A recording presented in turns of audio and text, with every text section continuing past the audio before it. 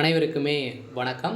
சற்று முன் கிடைத்திருக்கக்கூடிய ஒரு மிக மிக முக்கியமான செய்தி ஒன்று வெளியாகியுள்ளது. சற்று முன் ஜனாதிபதி போட்ட கையெழுத்து, ஸ்டாலின் சிறையில் அடைப்பு, இது மாதிரி பார்த்திங்கன்னா செய்திகள் வெளியாகிருக்கு. இப்போ அதிரடியாக பார்த்தீங்கன்னா தமிழகத்தில் நடக்கக்கூடிய சம்பவத்தின் அடிப்படையில் பார்த்தீங்கன்னா போலீஸார் பார்த்தீங்கன்னா அத்துமீறல் நடந்து மக்களை பார்த்தீங்கன்னா அடித்து துரத்தப்பட்ட சம்பவத்திலேருந்தே பார்த்தீங்கன்னா இப்போ போலீஸார் அவர்கள் அஜித்குமார் அவர்கள் பார்த்தீங்கன்னா அடித்து கொலை செய்யப்பட்ட சம்பவத்தின் அடிப்படையில் பார்த்தீங்கன்னா இதற்கு எதிராக திமுகவுடைய ஆட்சிக்கு எதிராக இப்போ ஆளுநர் RN ரவி அவர்கள் பார்த்தீங்கன்னா எழுதிய கடிதத்தின் அடிப்படையில் இப்போ ஜனாதிபதி அவர்களுக்கு சென்றிருக்கு.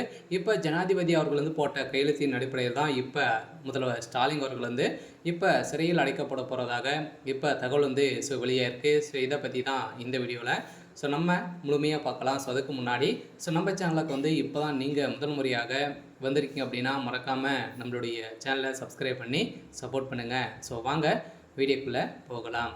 ஸோ பார்த்தீங்கன்னா ஏற்கனவே திமுக ஆட்சிக்கு வந்ததுலேருந்தே ஒரு மிகப்பெரிய பிரச்சனைகள் மாட்டிக்கொண்டு இருந்தாலுமே இப்போ போலீஸார்கள் பார்த்தீங்கன்னா அத்துமீறல் நடந்திருந்த நிலையில் அஜித்குமார் அவர்கள் பார்த்தீங்கன்னா காவலாளியாக இருந்த அஜித்குமார் அவர்கள் போலீஸார் பார்த்தீங்கன்னா அடித்தே கொலை செய்யப்பட்ட சம்பவம் தான் இப்போ மக்களிடையே பெரும் அதிர்ச்சியை ஏற்படுத்தியிருக்கு இல்லையா. ஸோ இந்த நிலையில் தான் இப்போ ஆளுநர் RN ரவி அவர்கள் போட்ட உத்தரவின் அடிப்படையில் இப்போ ஜனாதிபதி அவர்களுக்கும் இந்த விஷயம் தெரிய வர இப்போ ஜனாதிபதி போட்ட கையெழுத்தின் அடிப்படையில் இப்போ அதிரடியாக முதல்வர் ஸ்டாலின் அவர்கள் பார்த்தீங்கன்னா கைது செய்யப்பட போகிறது உறுதி அப்படின்றது தான் இப்போ நிரூபணமாயிருக்கு.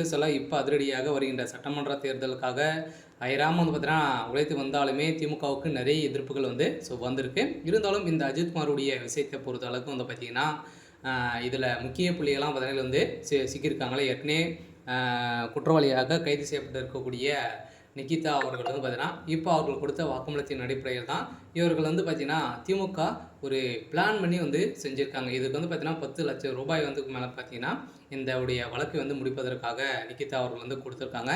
இருந்தாலுமே இப்போ தெரிய வர அவர் கொடுத்த வாக்குமூலத்தின் அடிப்படையில் முதல்வர் ஸ்டாலின் அவர்களும் இவர் அஜித்குமார் அவர்கிட்ட பார்த்தீங்கன்னா பேசி இது மாதிரியெல்லாம் பார்த்தீங்கன்னா நடந்திருக்கு.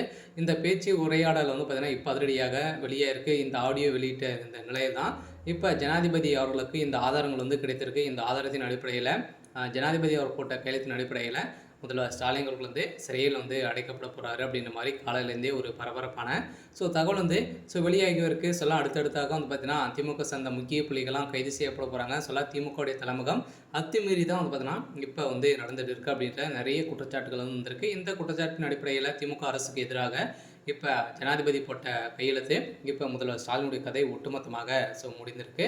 சரி, ஓகே. இன்னைக்கான அப்டேட் பார்த்தீங்கன்னா இதுதான். மறக்காமல் நம்மளுடைய சேனலை சப்ஸ்கிரைப் பண்ணி சப்போர்ட் பண்ணுங்கள். தேங்க்யூ.